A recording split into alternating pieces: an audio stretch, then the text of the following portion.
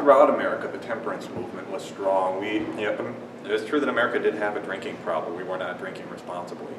And so there were a number of groups, a number of people that took an interest in the temperance movement, and it was an international movement that advocated that people drink less or not at all, drink less alcohol or no alcohol at all.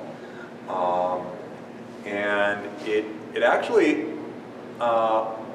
created some interesting alliances that you wouldn't necessarily think go together. Like how could, like today, how would the conservative right and the liberal left get together on a single issue? Well, they did back then in the temperance movement. The progressives wanted to. They thought that government could be a force of good to almost perfect society, and so they thought they knew what was best for America, whether Americans wanted them to outlaw alcohol or not.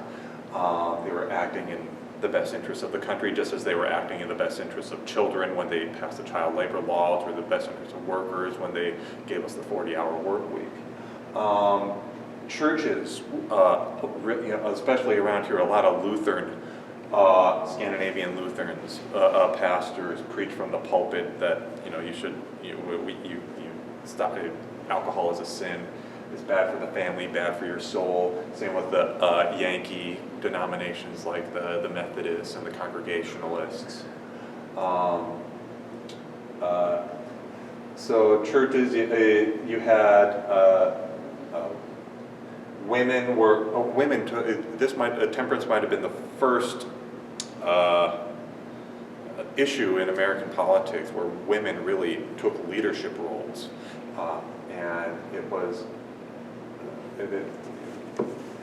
Women, for years, women had to endure husbands being absent in saloons, coming home drunk, often violently drunk, spending all the family's money in saloons. Women were typically, a woman was. It was not proper for a woman to be in the saloon usually, not considered proper. So women couldn't even go there.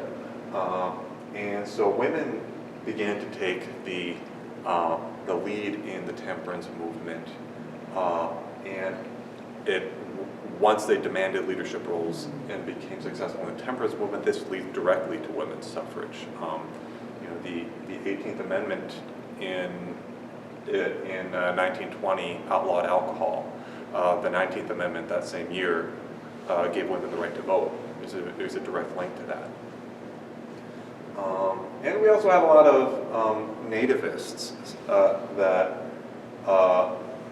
America's a nation of immigrants, but we're also a nation that often is not kind to immigrants, to recent immigrants, forgetting that our grandparents came from somewhere else too, many times. So with an influx in the early 1900s, late 1800s of Catholic and Southern European immigrants, Eastern European immigrants, many of them with cultural traditions surrounding alcohol. I'm thinking like Bavarian Germans, Italians with the wine traditions. Nativists often wanted to restrict alcohol as well. So we have these situations where the KKK might be marching in a women's suffrage parade. How can the KKK and the Communist Party agree on anything? Temperance. So there certainly were the angels of temperance and the demons of temperance as well.